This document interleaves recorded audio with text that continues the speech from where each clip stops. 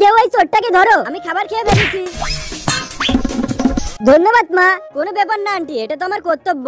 ওই জিনি এদিকে আয়। আসছি। তোমরা যদি হিরোইন হতে চাও সবার আগে আমাকে খুশি করতে হবে। ও স্যার, আমার ব্যাপারে কি খেয়াল? আরে ওই বুড়ির বাচ্চা, তোর তো একটা পা কবরে আছে, তুই আবার অ্যাক্টিং করতে আসছিস? ভাগ এখান থেকে। দাদি সাবধান, কারো চেহারার উপরে তার ট্যালেন্ট লেখা থাকে না। ওই জিনির বাচ্চা, এই বুড়ির জন্য এখন তোর বাঁচাও মুশকিল হয়ে যাবে। বন্ধুরা, ওর নাম জিনি, আমাদের নতুন কাজ, তোমরা তোমাদের নিজেদের চাকর ভাবতে পারো। এই নে, এটা আমার স্ক্রিপ্ট, পুরো লিখে দে। এই নাও, আমারটা লিখে দাও। চলো বন্ধুরা, ছুটি হয়ে গেছে। স্যার, ওকে আমাদের বের করেই দিতে হবে। জিনি, আমাদের মুভির স্ক্রিপ্ট লিক হয়ে গেছে, এটা তুমি করেছো তাই না?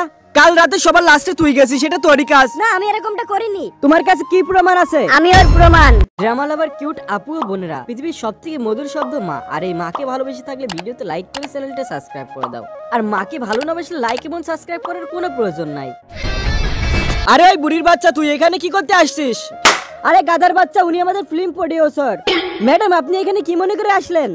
স্যার, তোমার অ্যাসিস্ট্যান্ট বিশ্বাসঘাতক, ওই স্ক্রিপ্ট লিক করেছে। এই দেখো তার প্রমাণ। আরামজাদা বিশ্বাসঘাতক, দূর হয়ে যা চোখের সামনে থেকে।